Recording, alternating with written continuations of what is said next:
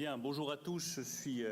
Good afternoon, everybody. I'm very happy to welcome you here to the Economics and Finance Ministry for this press conference following the Eurogroup's meeting and that of ECOFIN this morning.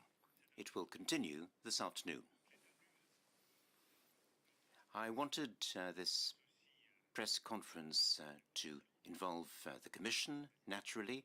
Thank you to Valdis Dombrovskis, and more originally, the President of the Eurogroup, Pascal Donoghue, and the President of the European Central Bank. Thank you, Christine Lagarde. I want to show how united and determined the European Union is in the tragic circumstances with which you are familiar. At the moment, Russian tanks are in Kiev. As I speak, Russian troops have invaded Ukraine. As I speak, the freedom of a sovereign European nation is under attack. Yesterday evening, the head of state and government of the European Union adopted, under the chairmanship of President Macron, massive sanctions against Russia in order to retaliate against this aggression. So the Ministers of Finance met with the European Commission and the central banks this morning, and we shall implement these sanctions without delay. We shall hit all Russian interests at any moment for the time it takes.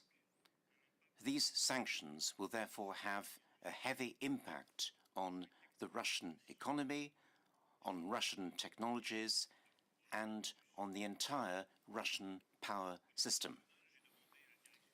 At a national level, I've asked the Directorate General of the Finance Ministry to draw up an inventory of assets of Russians in France, those hit by European sanctions. We shall freeze all these assets.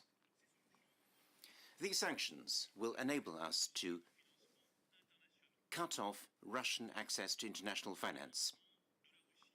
Financing for Russia will dry up, financing for its economy and for its debt.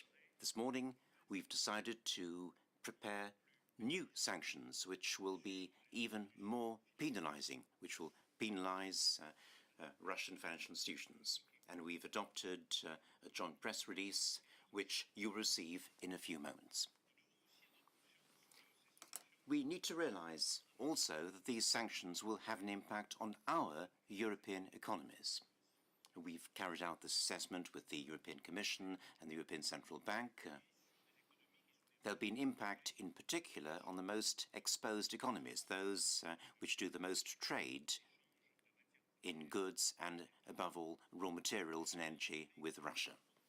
Let me remind you that what is at stake is our values: freedom, respect for the rule of law, respect for the most fundamental European values.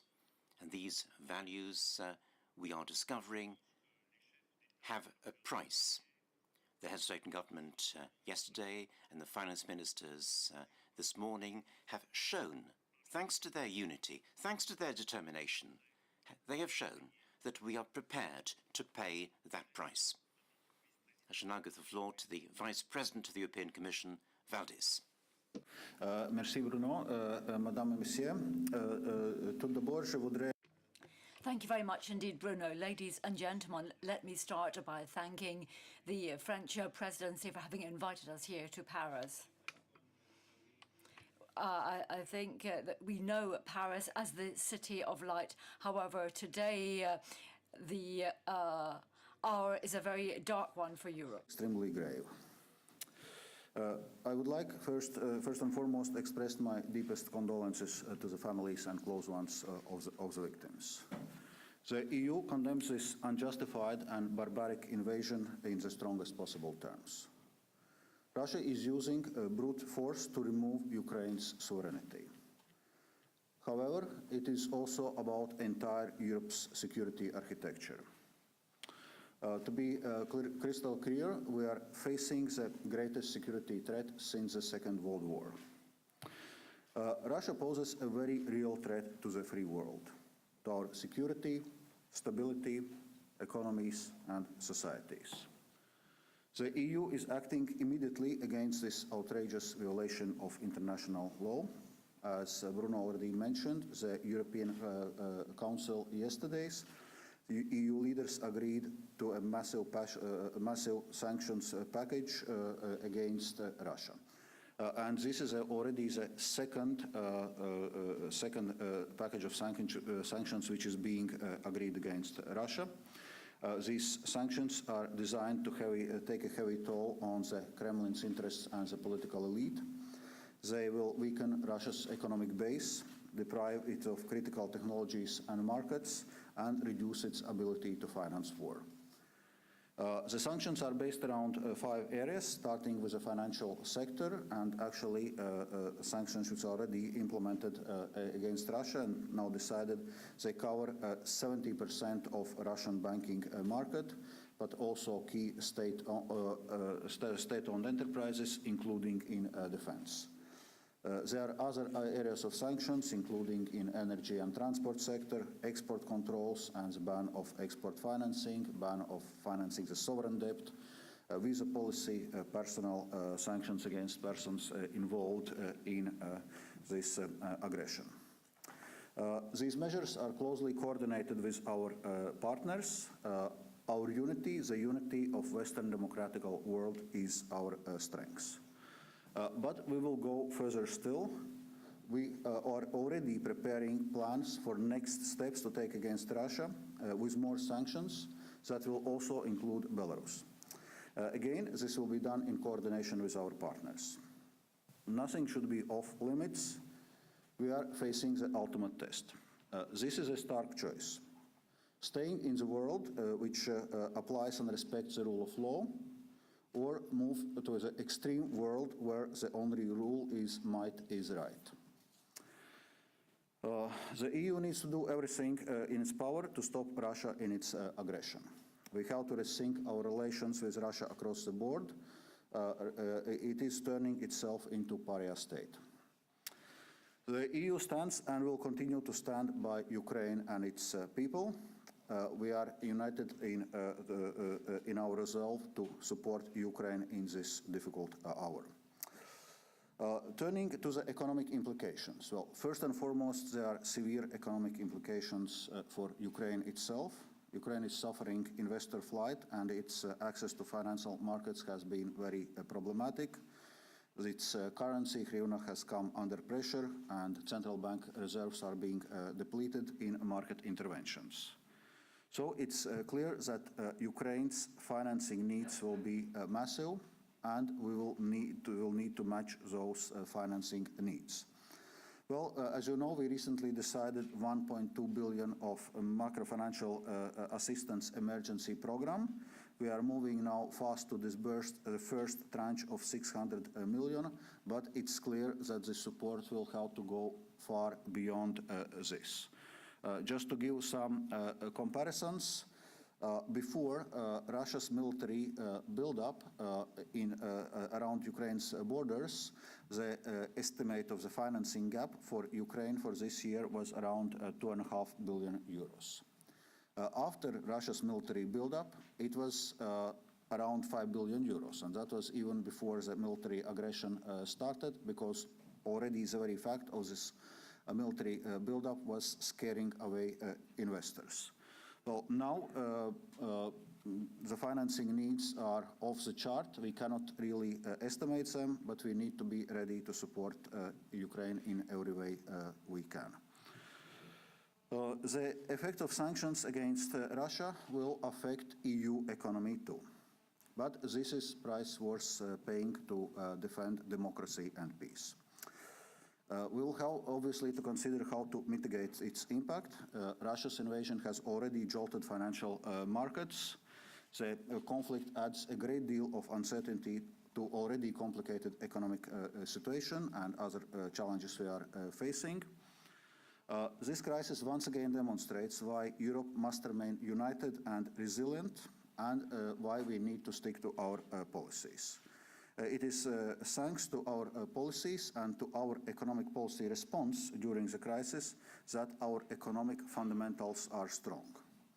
But we will need to stay vigilant and adjust policies if needed, because it's clear that EU economy is going through a period of profound challenges.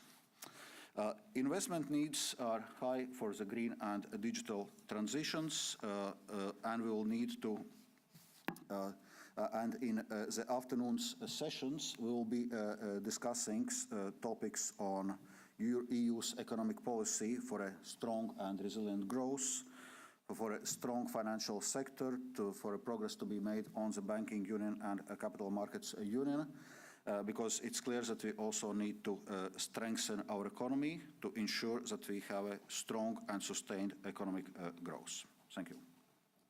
Merci, Valdis. Thank you very much indeed, Valdis. I'd like to give the floor to Pascal, the president of the Eurogroup, and thank you very much indeed for having agreed to rejig the Eurogroup agenda so that we could concentrate on the situation in Ukraine this morning. Thank you. It is in these darkest of hours, in these darkest of moments, that our thoughts are with Ukraine and with the Ukrainian people as they face this unprovoked attack, and they fear, as we speak, for their lives.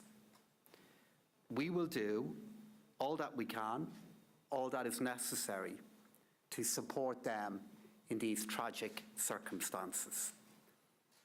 This is not only an attack on Ukraine.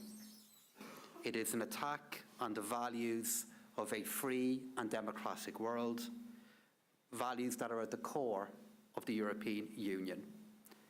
Therefore, the Union stands strongly united in protecting our common values, our freedoms, and the rule of law.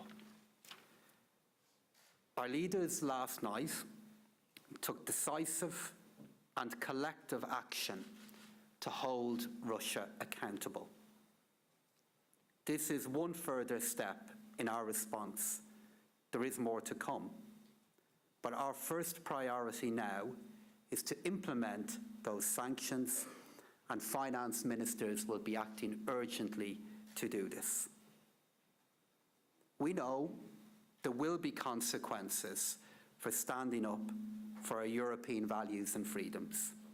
We know there will be economic costs. But it is these very values and freedoms that are fundamental to the success of our union and fundamental to our societies and to our economies. These costs will emerge. They will emerge over the coming weeks and months, and we know that the impact will be different for different member states. But our discussion here today, led by Bruno, illustrated to me, it demonstrated that we will maintain the unity of purpose that we have demonstrated over the past 2 years. While we have started to consider the consequences of the last few days' events, we do so with an economy that is already strong, one that is already resilient, thanks to the policy decisions that we have taken in recent years. Only in December, the Eurogroup collectively agreed to maintain a moderately supportive budgetary stance for our economies, and in doing so, complementing the monetary policy of our central bank to give our governments the ability to respond to the challenges of then and now the challenges of today. But in 3 weeks' time, the Eurogroup will again review this issue. We will discuss the coordination of our budgetary policies. And this discussion will come at the right time. Between now and then, it will allow us to revisit to review our strategies to ensure that we can support our economies and our citizens at this moment of greatest challenge. But we will do this with an economy that, due to its recovery, will allow us to respond to this test. The Eurogroup and the Euro area is united with our institutions as we respond to this grave test. Before I hand over to the President of the European Central Bank, one further matter that is important from our Eurogroup discussion today is that our Greek Finance Minister, colleague Minister Stachouris, updated us on the early repayment of IMF and Greek loan facility loans, a very important achievement by him and his government, but a further statement will issue on that later. Christine. Christine. Merci beaucoup. Thank you very much indeed, Bruno, and thank you also, Pascal. If I may, let me start by thanking the French Presidency and in particular Bruno Le Maire and his teams for the splendid organisation and the almost instant reorganisation of our agenda and our discussions today because of the ongoing circumstances. After 2 years of uncertainty and difficulties linked to COVID, I think that few of us attending the Eurogroup and ECOFIN meetings this morning would have imagined that uncertainty would return thanks to a war which we thought had left us for good. And it is on that basis that members of the Governing Council of the European Central Bank yesterday and I here today with you would like to express our support and condolences to the people of Ukraine. Put your headphones on. I just want to tell you that the ECB is closely monitoring the evolving situation. It will conduct a comprehensive assessment of the economic outlook, which will include all the latest development, and which will form the basis of our policy meeting, which will be a monetary policy governing council meeting on the 10th and 11th of March. The ECB and all national central banks in the Euro system will implement decisively and rigorously all the sanctions decided by the EU and the European governments. To give you an example, that will apply to supervision, that will apply with cutting off liquidity access for the targeted banks, with a view to essentially freeze asset and starve access to finance. Additionally, the ECB stands ready to take whatever action is necessary within its responsibilities to ensure price stability and financial stability in the euro area. I would like to mention one inscription that any visitor to the ECB will read because it is on the walls of the Visitors Center, and it is a quote by Jean Monnet, who said, "It is better to fight around the negotiation table than on the battlefield." Never more than today has this been true. I would like to add on the economic and financial impact that some of you might be interested in, that we discuss the implications of the military aggression against Ukraine. It is at this point in time premature to assess exactly the economic impact of the current conflict because the situation is evolving by the hour. What we know is that the two main channels through which the euro area economy will be affected will be through energy prices and through the confidence or uncertainty channel, not so much through trade, which is limited between Russia and the euro area. On energy, gas and oil prices soared on Russia's invasion of Ukraine, given the role of Russia as energy supplier, roughly 22.2% of the euro area energy imports.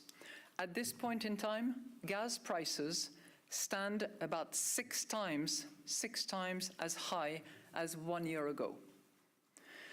and oil prices 54% higher than 1 year ago.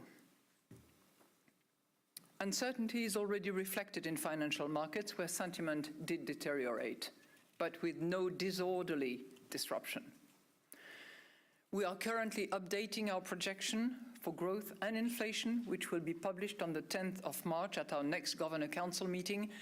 Any number that are floating around are, as I said, premature, simply because it is evolving constantly as we speak, and they will be refined and fine-tuned for March the 10th. On inflation, we will evaluate the impact of rising energy prices, which are likely, in the short term, to increase inflation numbers. Persistent uncertainty, though, will probably be a drag on consumption and investment and will impede growth. And given the current uncertainty that I have mentioned, it is more than ever critically important to be guided by the two principles of optionality and flexibility. Those are the two of the four principles that will guide us. As I said, we operate within our mandate: price stability, financial stability. We are data dependent. We will move gradually, but in any event, we will be guided by speed in case of emergency. We have done it at the time of COVID. We will be guided by the need to maintain confidence. Liquidity will be available. We will make sure that that is the case. Payment system will work properly. And 3, cash will be available. And the other two principles I have just mentioned: optionality in order to adjust to the changing circumstances, and flexibility in order to have full capacity to respond to these times of crisis. Thank you.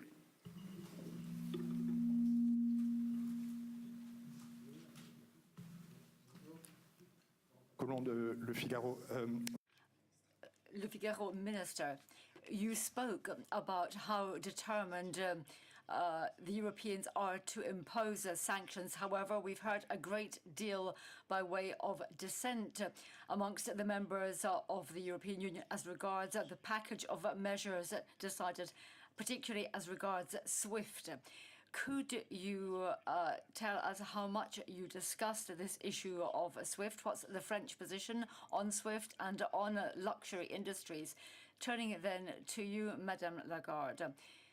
To what extent do you think the new situation and the risk of increased inflation will weigh on monetary decisions and the need to squeeze monetary policy decisions? The Minister, firstly, on sanctions against Russia, there is a total agreement amongst the 27 member states as well as the European Commission on the packet of sanctions decided in Brussels yesterday.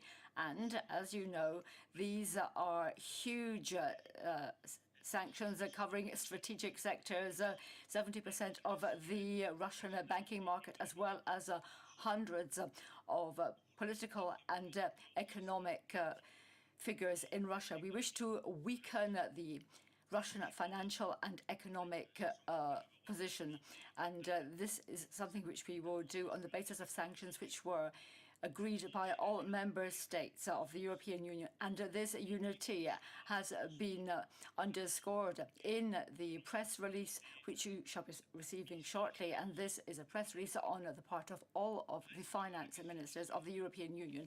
Then there is the issue of SWIFT. SWIFT is the financial nuclear option. SWIFT is what would enable us to block the access of Russian financial institutions to any financial institution throughout the world, which would prevent any payments either coming from or going to Russia. This is a subject which we did discuss this morning, and you will see from the press release that we say very clearly that all options do remain on the table. Now, of course, when you do have a financial nuclear weapon in your hands, you do think carefully before using it. There are some member states who expressed some reservations, and we shall take that into due account. France is not amongst those member states, and I would like to make that point quite clearly. However, France is in the presidency hot seat of the European Union, so we do have to take a full account of reservations expressed by others, and that is why with the European Central Bank and the European Commission, we shall proceed to evaluate what the impact of using this financial nuclear weapon would be. And let me just say that this is not necessarily an assessment which will be carried out in the coming days and weeks. Rather, it will be undertaken in the coming hours. And that, I think, proves our determination to strike the heart of the power of Vladimir Putin. The European Central Bank has a mandate which seeks to ensure price stability, and we therefore have tried to keep to a medium-term objective of a symmetrical inflation of 2%. In March, December, September, we examine the projections provided by our staff. We take into account all geopolitical developments, and that then permits us to adjust our monetary policy to ensure that we can fulfill the terms of our mandate on the basis of the data which we receive. We had undertaken a process of normalization. We have reduced net asset purchases because that helped us to cease the PEP back in March, and we will then in March reassess the situation and see what we should do next.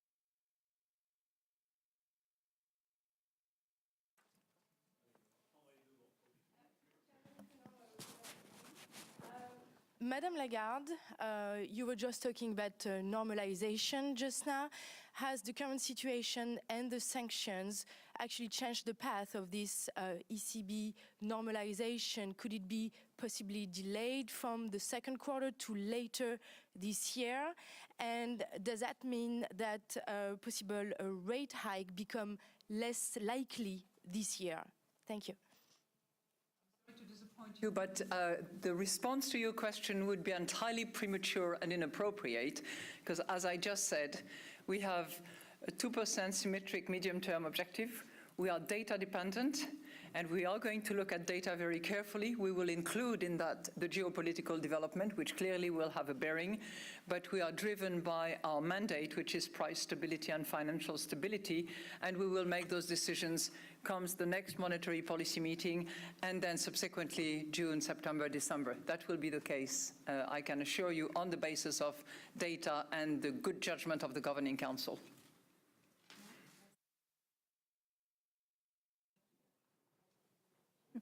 J'aurais une question concernant les sanctions. A question about the sanctions. Can you hear me? Fine.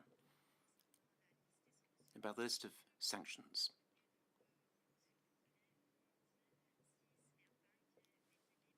Sberbank and VTD Bank, will they be on the list as in the United States and in the UK? And if not, why not? Thank you.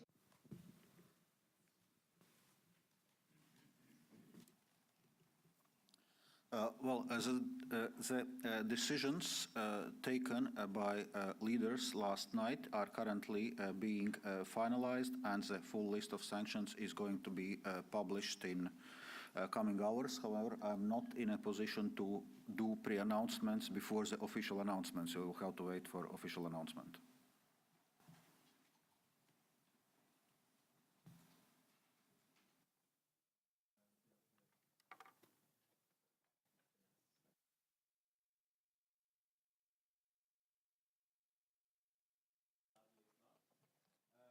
I just have a first question just to the Minister. You mentioned that cutting Russia out of SWIFT is the nuclear option, the last resort.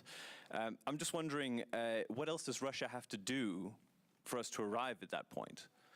A question to the Commissioner, EVP, if I can. I'm just wondering if you can help me understand the sort of moral quandary in this. If Europe, if Russia is so important to Europe for gas, and we don't want to cut Russia out of SWIFT, doesn't that raise a moral question when Europe is still paying Russia for that gas? And keeping it within the system. And then very finally to the Eurogroup President, I realized you didn't want to talk about the digital euro today for obvious reasons. It is a subject that I'm a little bit nerdy about, but I'm just curious, to what extent do you think that on the topic of cryptocurrencies, that Russia could use cryptocurrencies to evade some of these sanctions? Thank you. Je vais être très clair avec vous, nous n'attendons pas. I shall be very clear with you. We're not expecting any additional steps from Russia. Russia has already breached all limits and has done so for a long time. Russian tanks are in Kiev. As I said, Russian troops have invaded a sovereign state. And Mr. Putin's words are permanently aggressive about Ukraine and towards Ukraine. So we are perfectly clear about where we are with this conflict in Ukraine. As I said, though, France has the chair of the European Council, and everyone knows that triggering these measures to do with SWIFT would have consequences. Some countries have misgivings. We have to take account of these misgivings. We have to assess them, and we have to continue this work of assessment. The position of France is well known. We have no misgivings about using all the necessary financial arms, all necessary financial instruments, without exception, against Putin's Russia. But there has to be a European consensus. This is a question of hours of work. We're working on this, and we shall see what happens in the next few hours. It's only wise for the European Commission and the European Central Bank to evaluate more precisely what the consequences would be for European economic interests were we to take these measures on SWIFT. Unity of purpose inside the European Union for the implementation of the sanction package that we have agreed today. We stand here, the President of ECOFIN, the President of our Central Bank, Executive Vice President of our Commission, and myself as President of the Eurogroup are now focused on how we implement the package of measures that was agreed last night by our leaders in such a way to mitigate any possibility of their avoidance. We will also be issuing later on a full statement in relation to our deliberations today on the digital euro. I can handle any questions on that at a later point.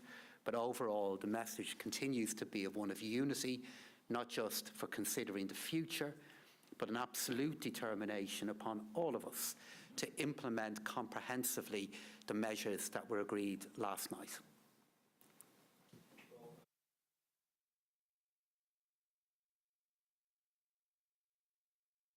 Both questions are related.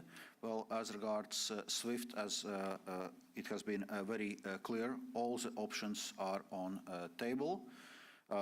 Given the potentially far-reaching implications of cutting off Russia from SWIFT, of course, this option had to be presented to member states also with an assessment on exact implications so that member states can take informed choice about this option. But it's clearly that all options are on table, including SWIFT.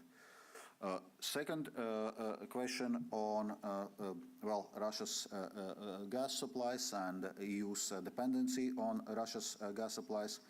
It's clear that we cannot change our energy systems, energy architecture in a matter of day. So it's clear that we have to learn lessons. We have to reduce our dependency from Russia's supply. We need to diversify. Already, when we were faced with a price hike of energy, which was primarily driven by high prices of natural gas, European Commission put on table proposals on organizing a joint natural gas procurement, organizing a strategic natural gas reserve, in order to be more immune against possible manipulations, energy market manipulations by Russia. As you know, the European Commission is now actually investigating whether the current practices of Gazprom does not amount to the market manipulation, because demand is there, prices are very high, but supplies are not following. Clearly, there are question marks whether that follows market practices. So we are also assessing the question of natural gas from the opposite angle. What happens, for example, if Russia decides to cut off gas supplies as a retaliatory action, for example? And our assessment is that not without problems, but we will be able to manage. There had been a number of steps which had been taken in recent months and weeks to allow this situation. This week, the Prime Minister of Norway and the CEO of largest Norwegian energy company, Equinor, were in Brussels. We were discussing those topics. They were saying that they are currently supplying more than 100% of what they can supply, so they're doing everything to help us at this moment.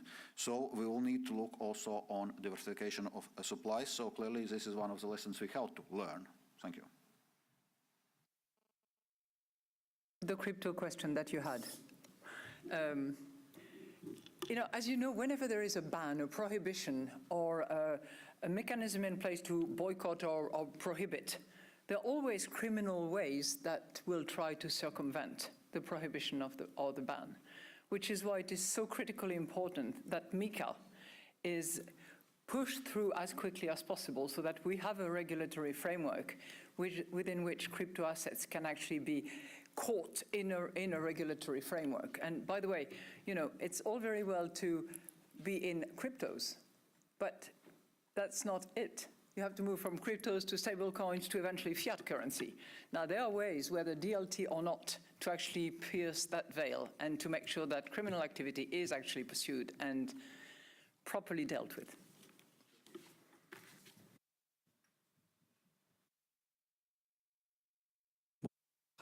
Paolo Levi de l'agence italienne ANSA.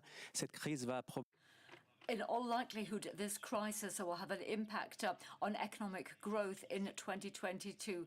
You have spoken about our European values and the price which we have to pay to defend them.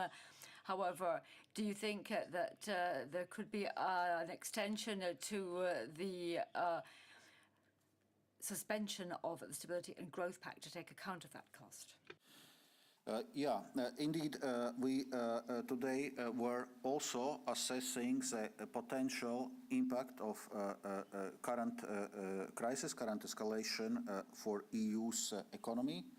Of course, it's too early, to draw some quantitative impacts because situation is unfolding and uncertainty is very high. However, some preliminary assessments or modulations which we have done in the European Commission points to the direction that yes, it can weigh on EU's economic growth, but it's not going to stop EU's economic growth because our fundamentals, economic fundamentals, are strong. As you know, in winter economic forecast, we expect 4% growth for the EU this year, and that follows the strong rebound of 5.3% last year. EU's economy has already recovered all the ground lost during the COVID-19 crisis. So the baseline is that we expect that economic activity, economic growth in the EU will continue, even though clearly this conflict will weigh on this and the impacts are going to be unevenly distributed across countries and sectors. As regards the question of a general escape clause, as you know, we have been communicating it on a number of times. We expect a general escape clause to be deactivated as of 2023. However, we continue, obviously, to monitor the situation and we stand ready to adjust the policy if necessary.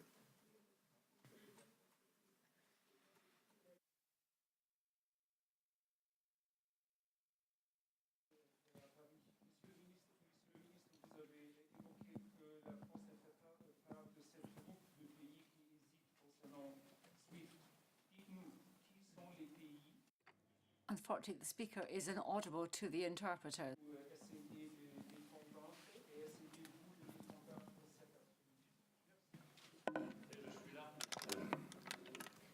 Renforcer l'unité européenne, pas pour l'affaiblir.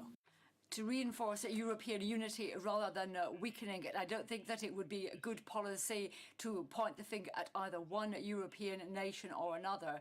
I think that we provided sufficient proof of this at the level of the heads and government of the European Union, and here today amongst the ministers of finance, we have demonstrated that we are more than willing to strike at the heart of the Russian economic and financial sector by means of hard-hitting sanctions. We do still have the nuclear weapon, and I think it's only normal that some member states wish there to be a more detailed analysis of the consequences of using the weapon of SWIFT before we actually have recourse to that financial nuclear weapon. It's only a matter of a few hours, and once the analysis has been undertaken, decisions will be taken. All options are on the table, as you can see black on white in the press release from the finance ministers. All options remain on the table, and that's what is the case. Thank you.